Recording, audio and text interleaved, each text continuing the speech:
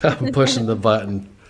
Hello, everybody. If you're thinking about moving to Kansas City, and we're going to talk about what state Kansas City is in, both, neither, one or the other, I got AnitaCordell, Realtor in Kansas City with me right here. This is Want to Move There, the show devoted to giving Central Pennsylvanians the info they need to decide whether they want to move to another place or not, or if they just want to vacation or visit or have family there or just want to know what it's like to live there. It's a good thing to watch. I am DerekBicksler, your host, Realtor of 15 years here in Harrisburg. Grew up on the hill in Harrisburg, went to Mechanicsburg High School, and went up to Penn College of Technology in Williamsport. Had a few sales jobs before I started selling real estate 15 glorious years ago. Contact me if you need to buy or sell a home. You can call me, text me, email me, throw a rock through my window, send a carrier pigeon, whatever you need to do. We still need inventory pretty bad, right? You still need inventory too, Anita? Yes. Yeah, we all need inventory, but it has died down slightly.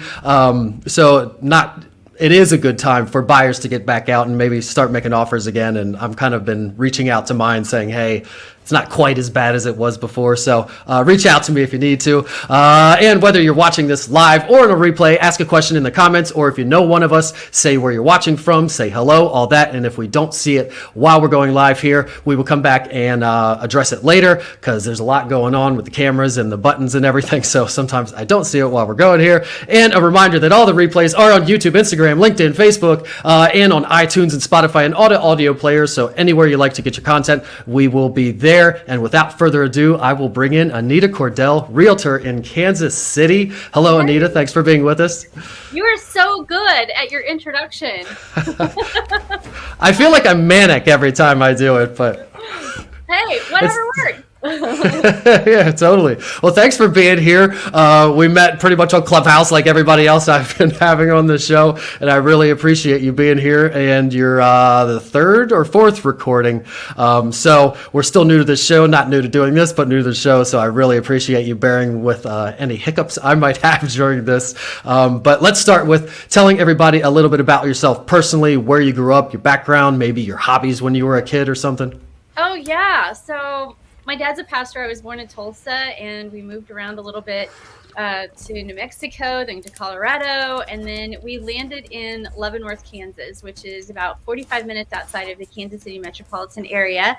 And I grew up from 7 years old all the way to 10th grade, and then my dad took another pastoral job in Texas, and I graduated in Texas, and then a day after I graduated, we moved back and lived in the same house and the whole bit. So I've lived in the metropolitan area most of my life.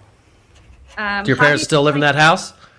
You know what? I just sold their house last year, and I sold their church, and they moved to Virginia to retire. That's where my sister lives. You should have bought that house as a rental or something. I watched ours. I grew up in the city, and the house, it's probably like $30,000-$40,000 right. I'm always watching it to see if I can buy it. Yeah. So hobbies, I cut you off there. What'd you like to do when you were little? Did you like to sell real estate, or what did you like? I didn't have a clue about houses, So I did like to play softball, and my dad was actually our softball coach growing up. So that was probably my main childhood love. I did like to read a lot as well, but interesting tip, my daughter is now a softball player, and she at the age of 6 told me she wanted to be a pitcher, and then at the age of 12 she wrote down that she wanted to pitch in college, and she is now playing at Evangel University in Springfield, Missouri, playing on their softball team as a pitcher. So childhood dreams come to life. Yeah, manifestation, totally. Right. Did she learn that from someone? Well, I did have a few pointers, but I never was a fast pitcher. I pitched slow. We were on a rec team, but when she started playing competitive, it was a little bit beyond my league. So yeah, it's crazy. How fast do you know how fast they pitch in the fast pitch? The last that I talked to her, I think she was around 61, if I remember correctly. I mean, that's a car. Yeah, that's fast. Most overhand pitcher, like just a person out in the street throwing, isn't throwing that fast usually, I would guess. That's pretty crazy. Her strength is velocity. And so Yeah, she actually had a game today. I'm waiting to hear if they won or not. So. Oh, nice. Well, good luck. Hopefully they won. So is it when with a faster pitch, do you get bigger hits? Do you get more home runs, bigger hits because the pitch is coming in faster? It depends. Well, she's also a lefty, and so the left-handed pitch actually spins a little differently. But if a batter can hit it, it can get some good speedway on it. But due to her velocity and due to her spin, since she's left-handed, it can be a little difficult to hit off of her some of the time. So, yeah. Huh. And do they have different pitches? Oh yeah, she knows about 6 or 7 pitches right now. Like sliders, curveballs, all like the same type of. Huh. And there's different change-ups, and then there's fastball. Yes. I don't know. I can't always tell when she pitches a certain pitch, but yeah, she's enjoying college and loving what she's doing. Nice. And you said your dad was the coach of you when you were younger. Did he play baseball or softball, or did he just do it because you were playing and he wanted to be involved? He wanted to be involved with me. He was a track star. I think he made the state record in Kansas at one point. I think he still holds one of the records. So he was a big track dude. So. Yeah, so fast. He's good at running. Do they have pitch runners in baseball, right? Huh? They have pinch runners in baseball, right? Mm-hmm. Is that a thing? Yeah. I clearly don't watch sports, but I don't watch a lot, but yeah. So did you play softball in college? No, I never played sports in college. I just played softball and then volleyball in high school, but I never went on to play college ball. So. And what'd you major in at Kansas? Right? You went to University of Kansas? Yep. BS in business administration with an emphasis in marketing. Oh, nice. So you're definitely using that. Maybe, did you use that right away, the marketing part of it? Because we definitely use it now as realtors, but did you use it right out of college? Yeah, I actually got an internship, which kind of tells a little my story. I got an internship with a company called Nortel Networks. We're kind of a big telecom city. We've got Sprint here and Cerner and some other, technical servicing type companies. And so I worked for Nortel Networks, and I worked on the sales and marketing team for Sprint for about 8 years. And then it was back in 2000. I don't know if you know anything about telecom industry, but about the year 2000-ish, the telecom industry started to really downsize and kind of not necessarily tank, but they were having a lot of struggles. And so I knew that my job was at risk. Especially Sprint. Right? Yeah. But didn't they buy Nextel around then? I used to sell Nextel. That was one of the jobs I had way before. Oh, wow. That was a long time ago. Oh, that was the bomb. If you didn't have a Nextel, you were nobody. Yeah, click. I remember. Yeah. Yeah, and when it started going downhill, I started getting a little nervous, and a friend of mine said, "Hey, I'm growing my real estate team. You might want to consider it if you lose your job." And so I got pregnant, and when you're pregnant, they don't normally lay people off when you're pregnant. So when I was 8 months pregnant, I took a week off of vacation and sat in a real estate class that whole week. Didn't tell anybody I was doing it because I wasn't for sure what was going to happen. But then I took my license test, passed, went back to work, then went on maternity leave. And the first day back from maternity leave, I got called into my boss's office within 15 minutes. And he said, "Your suspicion was correct. I couldn't tell you, but yes, you're free to go home."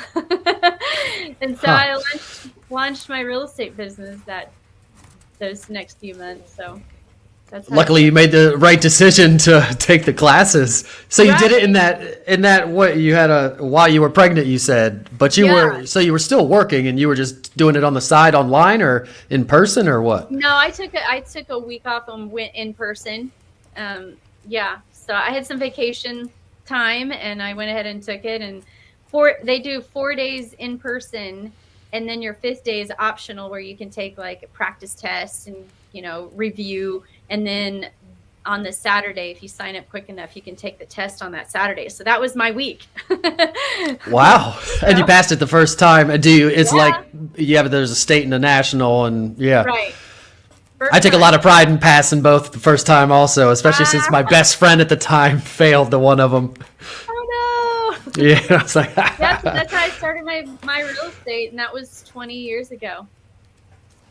yeah. So a lot has changed in that time, obviously, and maybe in the city has changed as well. And you've been selling in the same place the entire time, right? Yes. Yeah. So let's talk about the place where you are selling. We'll start with what the climate and the weather's like here. It's raining outside. Yesterday it was raining. The day before that it was overcast. So that's what we're dealing with here, is a lot of overcasts. Like I heard somewhere we have 70 days of pure sunshine per year here or something like that. So tell us something good, or is it going to be the same in Kansas City? Yeah, interestingly enough, in this area there's kind of this joke where if you don't like the weather, just wait 15 minutes and it'll change.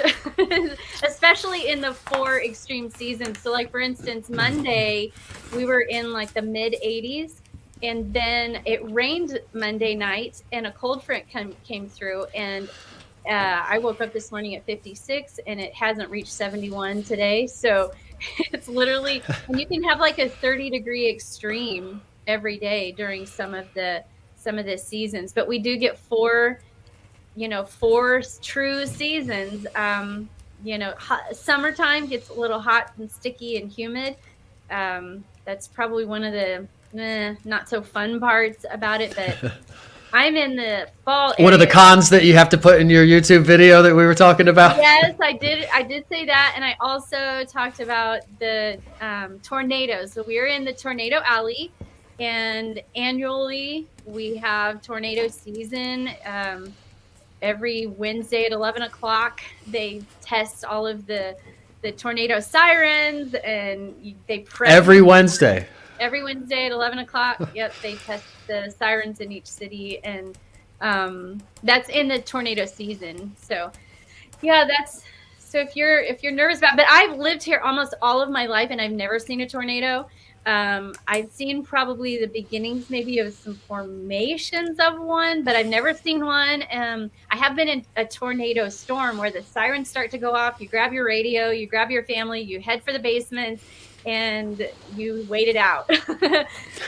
But sounds like a prepper's paradise. Like for me, actually, that yesterday somebody came into the office, one of the other agents. He's like, "There's some car that's like halfway in our parking lot, halfway in the street, and the lady's wandering around." And he's thinking like, "Oh my goodness!" And I'm thinking, "Ooh, it's a chance to like save the day." Or like, I dream for that. Let's go hunker down and get out the supplies, and like that sounds great to me, actually. Grab your batteries, and you just kind of grab some blankets and watch movies on your iPad, I guess. I have had who have had tornado tragedies where they've lost their homes, but it's sad when that happens, but we kind of just understand that that's part of the weather here.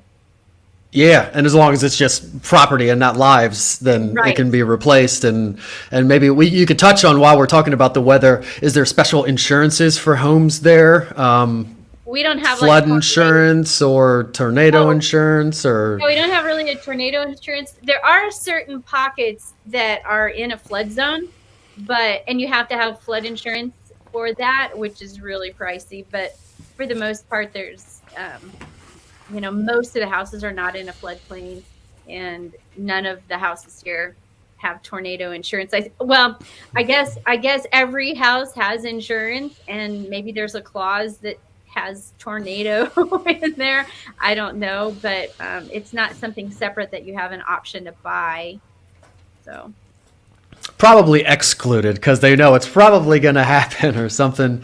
And I was talking about, I had Michelle B. Soboka on, and she was talking about hurricanes, and I said something about the roofs. Now that I think about it, in tropical places where there are hurricanes a lot, you don't see regular asphalt shingles a lot, which would make sense because they, in really extreme wind, would tend to flat more and get messed up more than maybe a shingle or a metal roof or something more substantial would. So the question is, what are your roofs like there? Are they Yeah. shingle, the asphalt shingle, or you have something different? Some are actually old wood shingles. They're starting to get replaced with comp roofs. That's most of the houses have just regular comp roofs. It's interesting though when really big storms come through and they get hail damage. They'll sometimes the insurance adjustments will go through like a whole entire neighborhood and let the seller know that they've now got extreme amounts of hail damage, and they, I've known multiple people that have gotten a new roof for just their deductible because of hail damage. So that Yeah, because the contractors know, they look out, they know this neighborhood. You can always tell the neighborhood. If I go somewhere and there's a new roof and I look around and everybody has a brand new roof, I'm like, this last hailstorm, this neighborhood must have got hit. Right. Yep.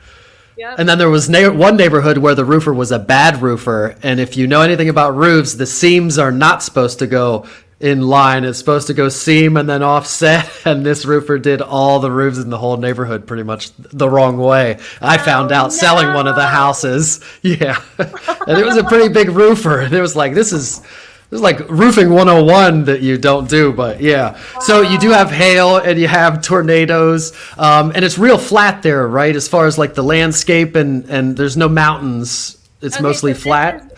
This is where it is flat on the complete west side of Kansas. So Kansas City is actually on the east side of Kansas. So we do have some rolling hills. There are some areas that are flatter, but Kansas City isn't, completely flat.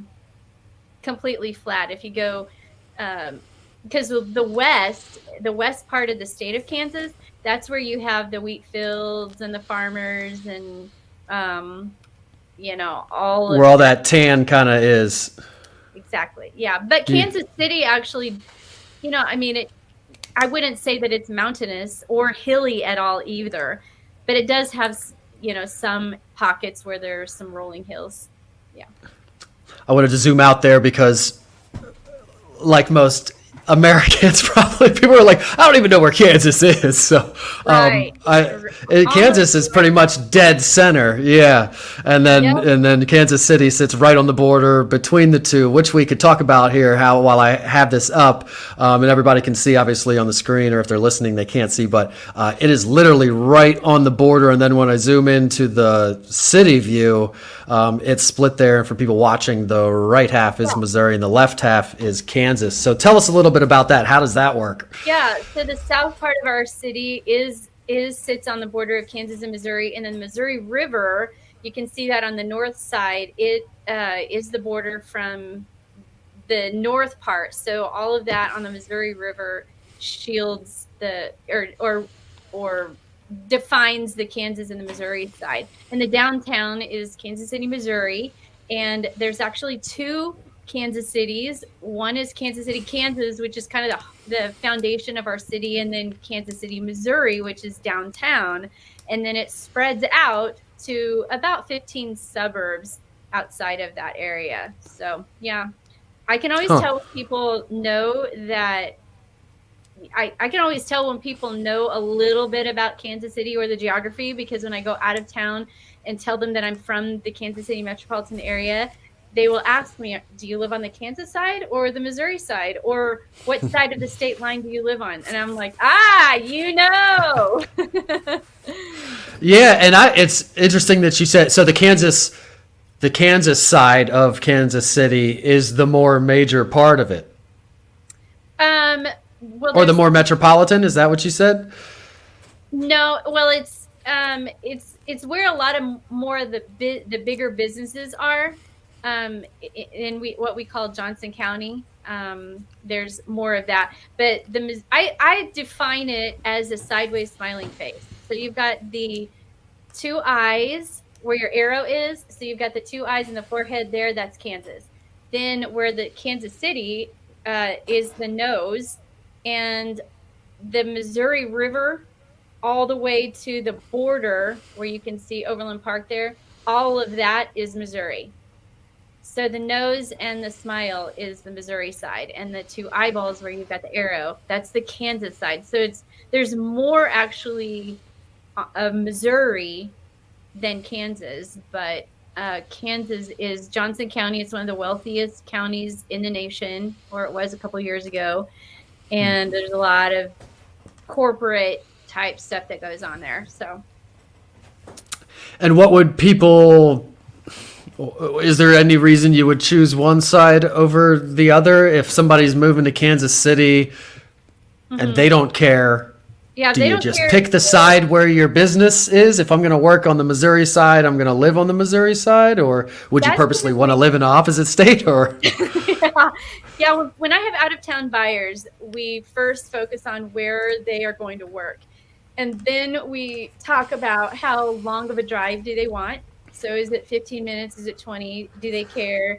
And then we look at that geography and see, okay, are you wanting to live on the Kansas side and drive over to Missouri? Or are you wanting to vice versa? Like, if exactly what you said. So that's kind of the structure of how I work when somebody comes in from out of town and tries to decide. And then we talk about schools and counties and taxes and that kind of a thing. And then they decide. But the reality of it is we have about 2.3 million people here in the Kansas City metropolitan area. And from one side of the city to the other, if you were to drive to the very edges, it's about a 45-minute drive. So you realistically, I know people that drive that every day in other cities. And so yeah, that's not too bad. That was actually going to be my next question. So what if you drove to the Lawrence on my arrow to Odessa? How long of a drive would that be? Yeah, from Lawrence, I used to actually live close to the point of your arrow, and I would carpool once in a while to Lawrence. And it's about a 40-ish, 35, 40-ish, depending on what side and whatever. Topeka is about an hour, and Topeka is our capital. Okay. Of the Kansas side. Then Jeff City is the capital of the Missouri. So yeah, it's not in the rush hour traffic. During rush hour, traffic isn't overtly bad, and it's not bumper to bumper usually like you would find in another bigger city. So overall, it's a pretty nice drive most of the time. Is the infrastructure fairly new, or is it old? Or here in Pennsylvania, anything going from the north to the south goes through Pennsylvania. Anything going from the south, everything goes through us. We're a big logistics hub also, and we're an older state, so all the roads, there's always potholes, and every highway is always, it's like I equate it to New York City, how there's always something being worked on. There's scaffolding somewhere. There's always some road being worked on, and you just learn for the next 9 months, I'm not taking I-81 or whatever. So what's it like there? What are the roads? What's the infrastructure like?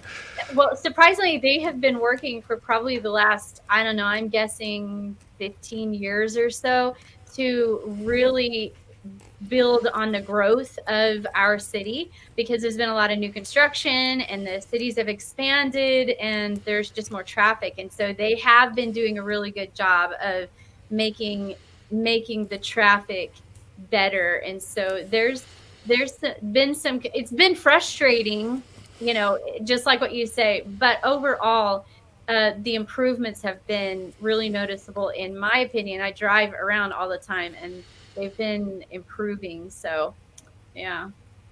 And do you have any paid roads? One of the main ones we would go east to west here would be a turnpike, would be a paid road. Do you have paid roads or most?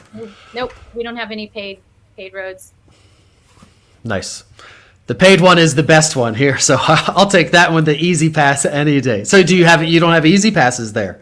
No, we don't have easy passes. In fact, I didn't even know what an easy pass was until I went to Dallas to visit my daughter, and I freaked out because I'm driving on this highway and I end up in this lane, and I'm like, okay, I know I'm in the wrong lane. Somebody is going to arrest me or whatever. I was freaked out. I'm like, what is this? I didn't even know what it was.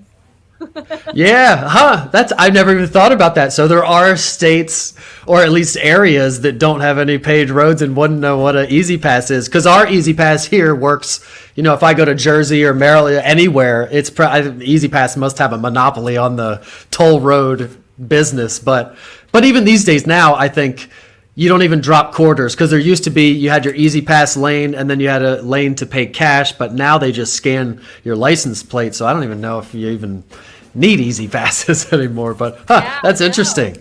So no paying for roads. That's cool. And then what are the major industries and employers there? Well, we have Sprint, we have Garmin, Hallmark has a big hub here. Let's see, Cerner. Houlihan's Restaurants actually is got, I think, their headquarters here. You got Black and Beach. Federal government is probably the biggest employee in this whole area, just because of the bases and the National Guards, and then there's some federal government buildings and stuff like that. So yeah.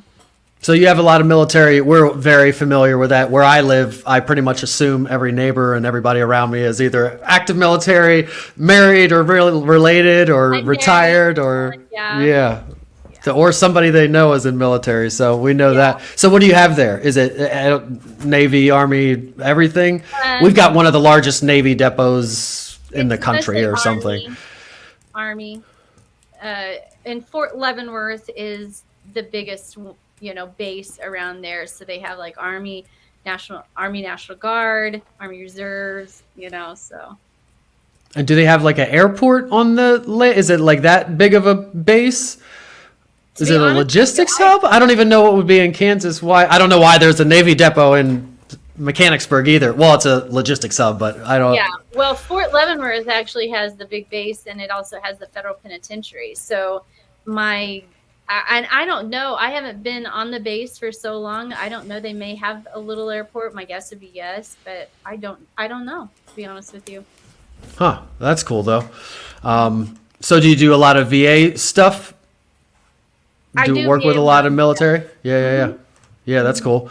And then the Chiefs, you said, obviously. Yeah. And so wait, so is Kansas, what state is that in? Or is it Well, both states? How does that work? Well, Chiefs I guess Chiefs is on the Missouri side, because that's where Arrowhead Stadium is. It's in Missouri. But that's one thing so like Kansas and Missouri unite when it comes to sports. You're like some cartoon superhero. Right, yeah. I mean, there is a little bit of a rival. Some people think that Kansas is better than Missouri and Missouri better than Kansas. But when it comes to Chiefs, we are all like united. So we have the Chiefs, and then we have the Royals, and we have KC Sporting, or Sporting KC is actually what they call it. It's the soccer team. And that is based on the Kansas side. So. Huh. And is that where people would go to see a big concert or a comedy act or something? They would go to the Chiefs Stadium or somewhere else? There's not very many concerts that are held there. They're usually held downtown at the new, I guess it's the new Sprint building, or like now my brain is blank, but they just built a big stadium or a big amphitheater, I guess. I don't know. A big venue for that type of thing, huh? Sprint is part of that, yeah. So that's where they go for concerts. We also do have a theater in the park, so they it's not really a concert, but they will put on little plays, and you'll be outside in that little venue too. So. And then what else is there to do? Do you have like first Fridays, street fairs, like arts fests and that kind of stuff? We have First Fridays. So if you're more artsy, you can go down to that location where it's in Westport and walk around and see all of the art districts and whatever. If you want a more energetic type of an atmosphere, we have the Kansas Speedway. So people will go and watch the race cars. And then we have a lot of parks here in Kansas City. One park is called Shawnee Mission Park. It's on the Kansas side. It's got a 128-acre lake. You can rent bikes and, ride through the trails with your family. There's a little beach area. It hasn't opened up yet from COVID, but you can go there and fish. You can Docker boat. You can rent kayaks. It's super fun and family friendly. In fact, I went there on my first date with my husband, and then he took me back there the night to propose to me. So I have a little special love for Shawnee Mission Park, if you want to say that. But yeah, I mean, that's good. And Shawnee Mission Park is actually where the theater in the park is located. So you pull out your lawn chairs or blankets and sit on the lawn and watch, theater under the stars. So it's kind of cool. Yeah. But Yeah. And then what about fireworks? Would that be something they would do like over the river or something? Or where would fireworks for like 4th of July be? Yeah, there are some fireworks. You have to do fireworks on the Missouri side. Usually, but you know what? People still do them. So you're talking about home fireworks. Home Are fireworks. illegal. Okay. Yeah, on the Kansas side in some pockets, yeah. But I can't remember where they do, but they do some. It's not like an overt, huge. We don't have like big New York type fireworks displays, but there's a few. Gotcha. Yeah. So, but we have a lot. We seem to have a lot. Maybe we put a lot of stock in fireworks here for some reason. We seem to like every township does it. The city does it. We do them. We do them. I just don't know that they're like huge. Yeah. On my porch and watch stuff. It might be a cultural thing too. Like some people do more. Some states do more fight, like the toll roads. You don't have any toll roads. So what else is there to do there? What did I write down? The Speedway. You said something about what kind of cars? What kind of racing is it? To be honest with you, I don't know. It's just I know that the Kansas Speedway has. You can go there and watch the race cars, and I don't know anything about it. All right, describe the race cars to me. Like, you know what a NASCAR looks like, right? Well, you're talking to a NASCAR is the one that looks like almost like a regular car, but it's all painted up. And then the F1 is like the really tiny, like little jet, like tube thing. None of this is ringing a bell at all. Yeah, I guess I need to research a little bit more about these types of mechanical and technical details about these cars, because you never Wait, know. what's it called? I'm gonna Google it right now because I want to tell everybody what kind of car. Speedway. It's the Kansas Speedway. And while you're Googling that, we also have a really rich history here. So like Harry S. Truman was born here. So there's a Harry S. Truman Museum and Library. We have a jazz district downtown. We have some jazz history here with Count Basie. And in fact, I took a jazz class at the University of Kansas. So it's actually some schools will have some curriculums based upon the Kansas City area jazz history. So yeah, what'd you find out? So you took jazz. What? It's NASCAR. NASCAR. Okay. Which is just a circle. This is the most common probably, but yeah. So you took jazz classes. Was it like singing or tap, or jazz could be all kinds of things, right? Well, it was called like intro to jazz, if I remember correctly, at the University of Kansas, and it was an elective, of course. But we talked about the history of jazz and how Kansas City fit into it. We listened to various types of jazz music. So it was more of like a basic intro to. Gotcha. I thought you took saxophone lessons or something. I was going to say that. I did take piano and clarinet lessons growing up. My dad. Oh, you left that out. Well, yeah, my dad played the saxophone too. Everybody in my family played at least 2 instruments. So. Well, you grew up in the church, which is usually a lot of people learn musical talents in the church, and it's a great way to test it. And my camera just went way out of focus for some reason. We're going to keep going anyway. Hopefully. I'm going to take myself off because let's try again. All right. It's just going to be like that. All right. So is there anything else you could think of people should know when they're moving there or traveling there, even if they're coming on vacation or anything? Well, we are known for, we're actually called the City of Fountains. We have 200 registered fountains in the city. And, you know, I think that there's some like fountain tours where you can drive around the city and take a look at them and know what their names are and what their history is. So that's kind of cool. And I think it's the second Tuesday of every April. It's kind of like a fountain opening day. And so all the fountains open up. And let's see, Kauffman Stadium has, I believe, the largest privately funded fountain in the world. It is like a little over 330 feet wide. So that's kind of a little interesting tip. So we're known for like the City of Fountains. We're called that. We also are known for our barbecue.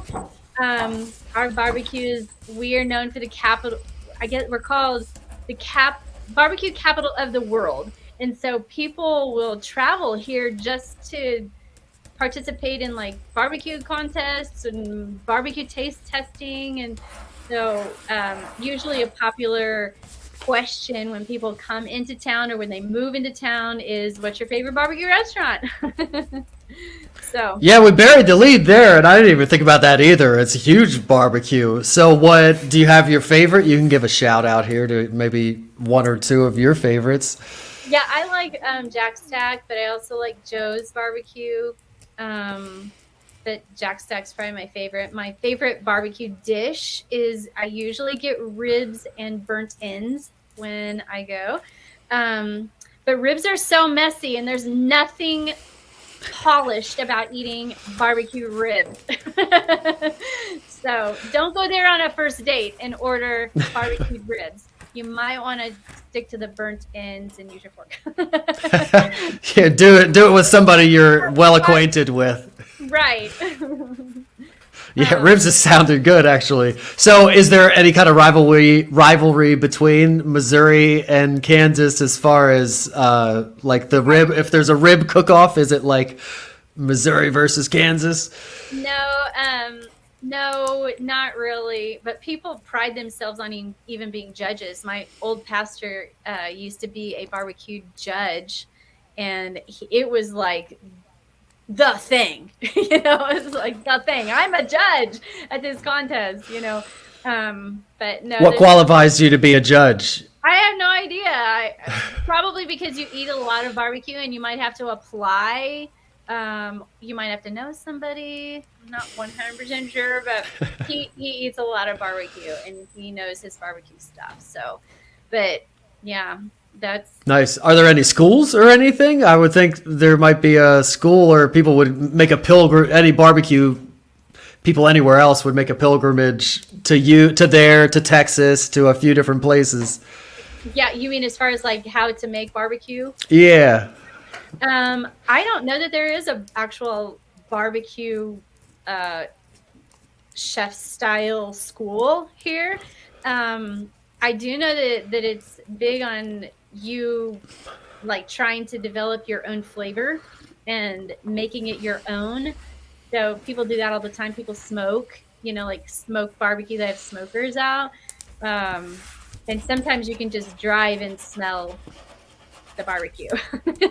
So what about beer? Craft beer kind of goes perfectly with good barbecue and piles of meat. There's a lot of beer drinkers here. I personally don't drink, so I will stick to pop. And I don't know if you call it pop. That's a Midwestern term. You don't call it pop. That's soda. Yeah, I usually drink pop. There you go. I'm the same. I don't drink either of those really, but pop is delicious. That's like, if I'm splurging when everybody else is drinking the alcohol, I'm like, oh, I'll have a Mountain Dew, or even that, then I'll feel like I'm on crack. Yeah, cream soda is like my favorite pop, and it brings back like childhood memories, but they don't sell them as like a mainstay fountain drink. So I splurge every once in a while and get a cream soda, but yeah, I don't drink a lot of pop either. Yeah, you're making me want a birch beer now. That's my jam. That would take me back. Yeah, that's great. Anything else? Any like other foods? We talked about foods, but any isms or things that people should know about? You said pop. We obviously don't call it. We call it soda here. Most people. Are there any kind of like Kansas City isms that people would run into when they visit or move there? Probably just Wizard of Oz jokes. Nothing really else. But I've lived here for so long that I probably have my own isms, and I don't even know that they're my isms. But yeah. You don't seem to have an accent. Doesn't seem to be any. There's really not any accent at all. It's just we're plain. Are a lot of people there from there? I don't really know this statistic about my own area, to tell you the truth, but I would guess that most people here were born here. There aren't a lot of people moving to Harrisburg, or at least not young people. But how's your area doing? Yeah, you get a real diverse. We're really, really diverse, and the reason why is because since we have so many large headquarters here, like Sprint and Hallmark, they will, people will come into town to work for these, especially doctors. We've got some pretty big hospitals, especially like the University of Kansas Hospital and HCA hospitals. Those are people will, come into town to get employed there. So you've got some people who will move into town to work for these companies. But when they come here, they stay for a long time. And so it's usually they get their roots here. And most of the people that I know have lived here for a very long time. So. And what about going on vacation? I should have talked about this when we were talking about things to do there, but I just thought about it. Are there any airports? How do you fly? And well, let's start with, if you wanted to do a driving vacation, not fly somewhere, what would a typical Kansas Cityan do? Yeah. So we are about 3 hours away from any other major city. So like if you wanted to go to St. Louis, one of the Cardinals games, it's about 3.5 hours. Then you're about 3 hours away from Des Moines, which is north. And then you're about 4 hours away from Branson. Branson is south of Kansas City. So you've got Branson and the Ozarks, which is a hot spot for a lot of people. In fact, a lot of people are starting to purchase their second home in the Ozarks, Branson area. Thanks to Jason Bateman. Right? Or they'll buy like a condo and have that be kind of a vacation spot for them. And so that's what a lot of people do if they want to go and drive to a weekend getaway. So what's up with Mark Twain National Park? I see there. I've never been there. Oh, you got to check out Mark Twain. That'd be the first thing. That's the first thing. Everywhere I go, I zoom out and see where are the national parks.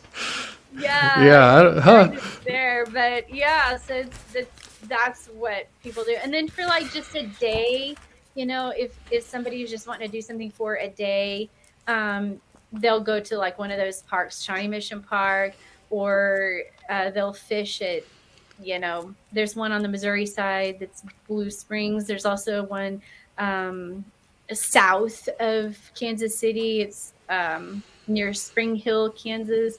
And so those are, very day trips. When it's the summer in Weston, Missouri, people will go there and we have like a man-made ski slope that they've made.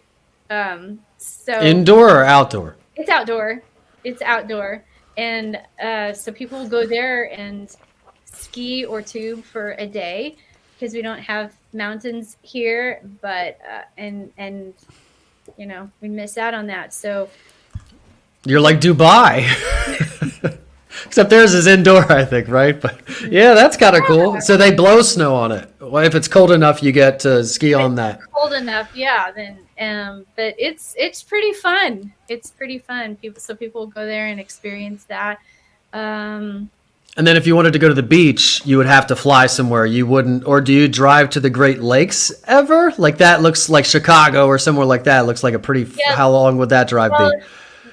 That would be probably around a 6 to 8 hour drive, depending on what part of that area you're wanting to go to.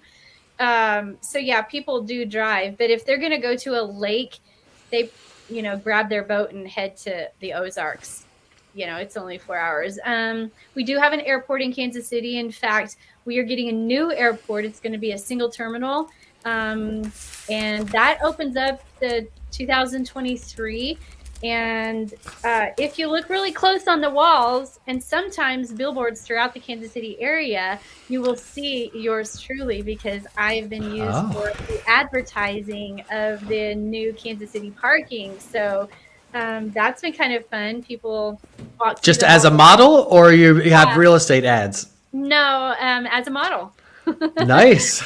So yeah, so that you are photogenic. Your thumbnail. I was creating your thumbnail for the episode, and I swiped a picture from your Facebook, and it was a good one. It's a good smiling one. Well, a little known trivia fact for me: for about 15 years, I do film and commercial work. So I've been in over 100 commercials. Some of them have been, like regional or just local. A couple have been national. So yeah, that's where that comes from. So do you have a SAG card? Do you get that from doing commercials? Oh, you're pretty good. Okay, so Kansas City, if there's any actors or film people out there, Kansas City is actually a non-union market.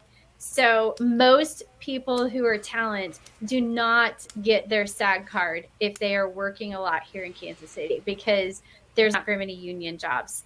So no, I'm SAG eligible, but I have never joined SAG because there's just not a lot here. And most of the films. So does that mean, so if you join, you can't take any job that doesn't do union stuff? Well, right. So there or you couldn't just take the job and say, hey, I'm not in the union for this job? Is that how? I don't know how that works at all. There are people that do that kind of thing. There's some states who are right to work, that are right to work states, so you technically could do both, but it's kind of looked down upon. And but it's technically, if you've joined the union, then you are not supposed to work on non-union jobs. And so the states that allow unions tend to, so California and New York and all those states allow unions, so that's why all the entertainment. And they're advocates for union. In fact, they will picket if they find out that somebody is non-union on their crew or whatever. They're not supportive of non-union stuff. So yeah, I've heard a lot of jokes about, like, gaffers or cameramen. They just, when the thing goes off, they drop their stuff and walk away, and they don't care what's happening. Yeah, that's funny. We wish we could do that, right? Yeah. So look for my billboard on the walls of Kansas City parking. So nice, we will. And there's anything other fun trivia or anything that people wouldn't know, or is there any other than food, other than barbecue? Is there any food that you see a lot around there? I can tell you what we don't have, and that's a White Castle. That's been like an issue. So I think that I believe that Patrick Mahomes is actually trying to bring in our first White Castle. So that will be an exciting adventure. I don't think we have White Castle here. No? You'd have to go to Philly, or a couple hours probably. We're not a big enough market, I don't think. Do you have, what's your main gas station? Quick Trip. Like, we have Sheets and Rudders. What is it? Quick Trip. Quick Trip. See that? I always love that question. They got Wawa in like Jersey. We've got Sheets and Rudders here. You have Quick Trip. So you don't have Quick Trip there? Don't even know what it is.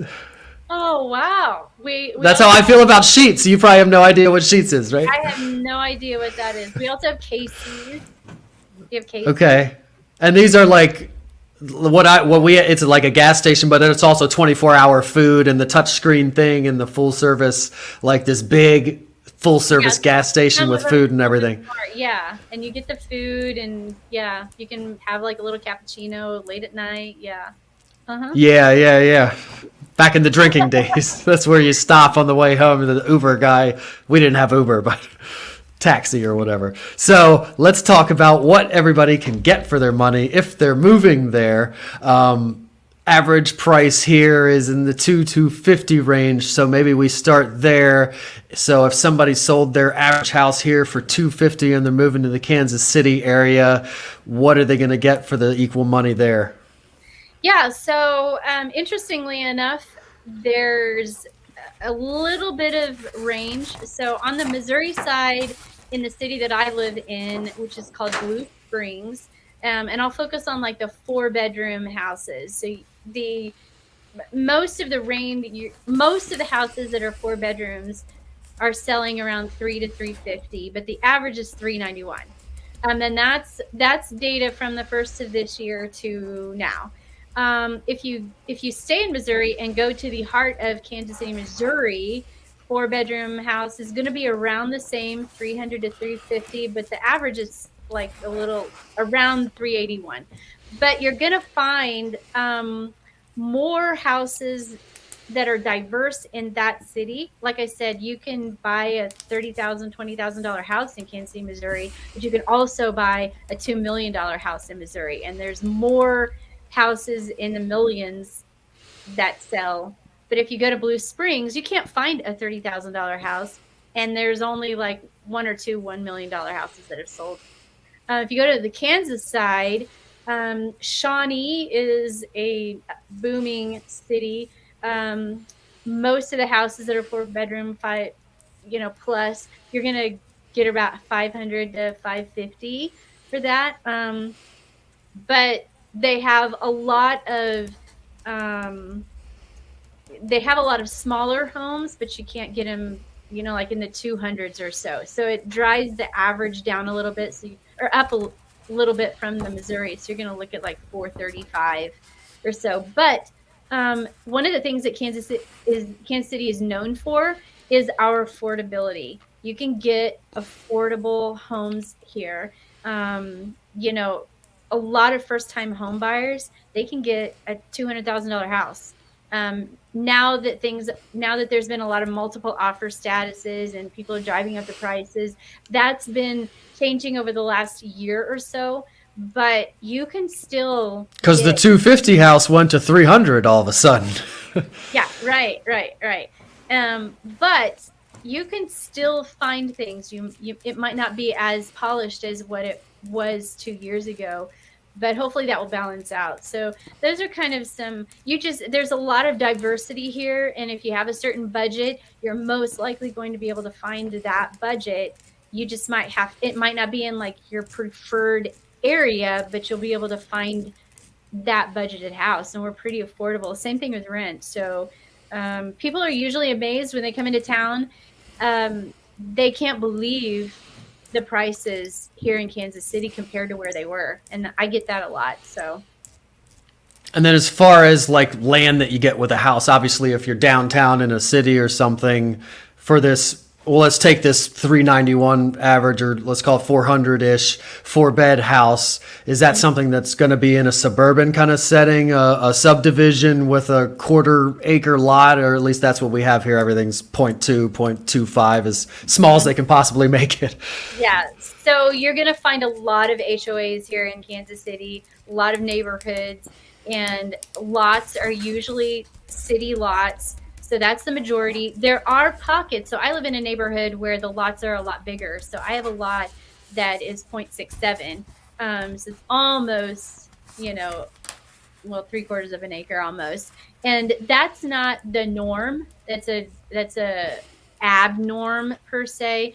But you have, again, diversity. You've got, we have 4 or 5 lake communities. So you can actually have a docked house. Of course, your lot would be a lot smaller, or you can live a little bit outside and your lot's a little bit bigger, or you can live in a HOA neighborhood that's, closer knit or whatever. So there is a diversity, but yeah, most of the houses will be in an HOA. Shy of like Kansas City, Missouri. Kansas City, Missouri doesn't have HOAs for the majority of their houses, but the rest of the suburbs do. And when you say HOA, that means a monthly or yearly fee. And then if it's a townhouse, and you can correct me or tell me how it is there. If it's a townhouse, a lot of times they take care of a lot of the exterior and things depending Right. on what it actually does cover. If it's a condo, they're definitely covering all that stuff. But then if it's you're saying a lot of the HOAs are pretty common with single family homes also, Yeah. because they're not all that common here. Okay. Getting more popular, I guess, just because people they realize more rules is better than less rules because they see how the older neighborhoods have turned over time. So, and they need to keep the monument sign moving or upkept, right? Yeah, I mean, not every property has an HOA, but they are very common here. HOA is the homeowners association, and so it's usually driven by a board of people who actually are residents in that subdivision. And if you're on the board, you have a say so in making up the rules or changing the rules or whatever. So, like for instance, there's the subdivision I know of that originally had a 3-dog limit. And then somebody got on the board that had 5 dogs, so they changed it to 5-dog limit. I was like, and then there's, restrictions of like, if you're going to do something with your outside exterior of your paint, you have to get it approved, obviously. Then there's some homes associations that don't allow for a boat in the yard. Other ones do. If you go out, stretch out like in the more rural areas, even the new construction subdivisions don't have an HOA at this point. So you'll find it less common the more you stretch out of the regular subdivisions. So that's what it is. And that's true of here for the most part too. The further rural, and those tend to be the people that don't.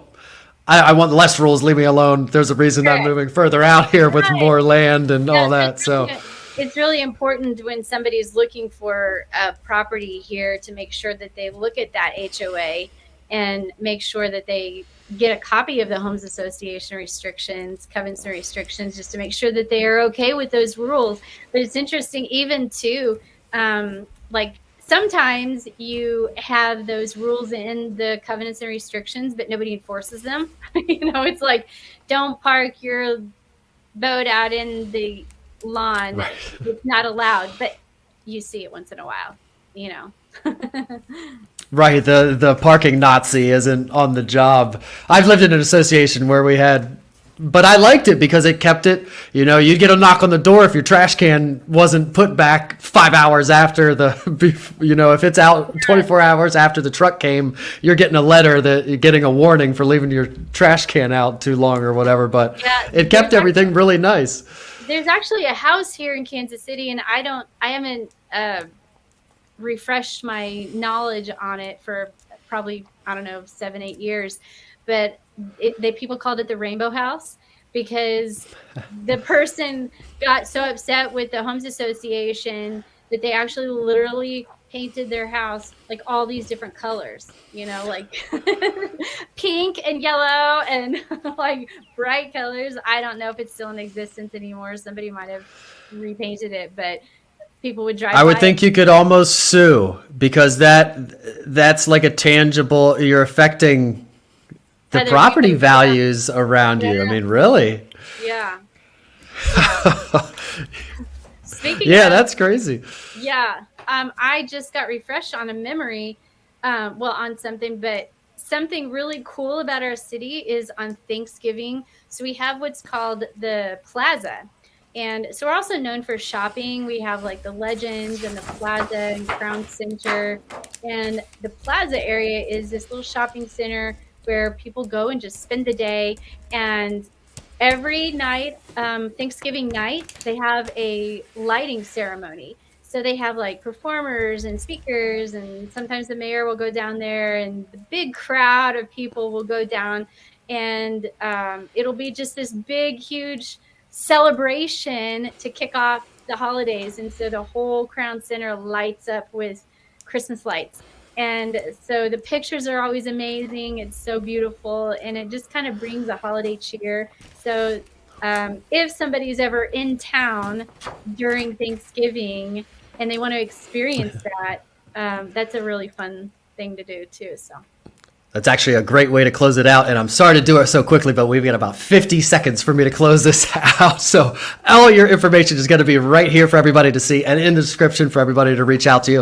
If anybody needs to buy or sell a house, you need to call me, text me, email me, throw a rock through my window, send a carrier pigeon, whatever they need to do, especially if they want to travel to Kansas City. I'll hook you up with Anita, and you can get a tour guide. Realtors are always the best tour guides everywhere because we love our areas and we know everything there is to know about it. Thanks everybody for watching and listening. Again, sorry for rushing, but we got to end it so we can get it on IG. Anita, this was awesome. You were very good. Say goodbye to everybody. Bye. Don't forget,